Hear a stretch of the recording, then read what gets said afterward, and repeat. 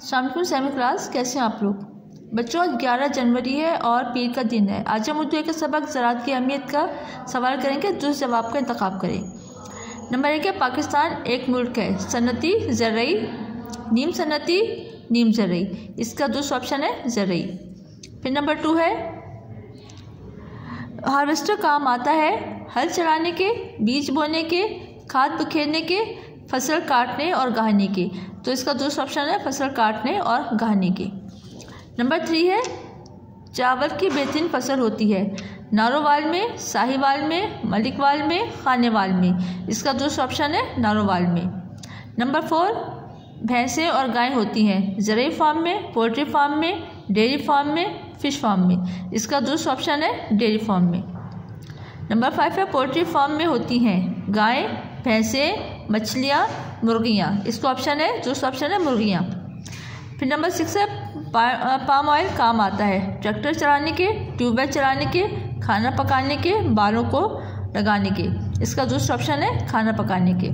फिर 7th class हम करेंगे कॉलम। दी गई मिसाल की रोशनी में कॉलम पुर करें। कॉलम अलिफ में है खूब, बद, आसान,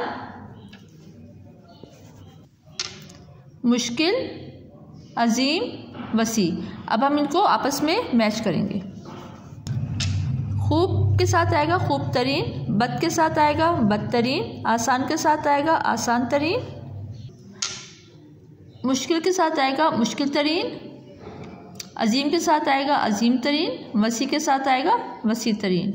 फिर हम इसके वाहिद की जमा लिखेंगे।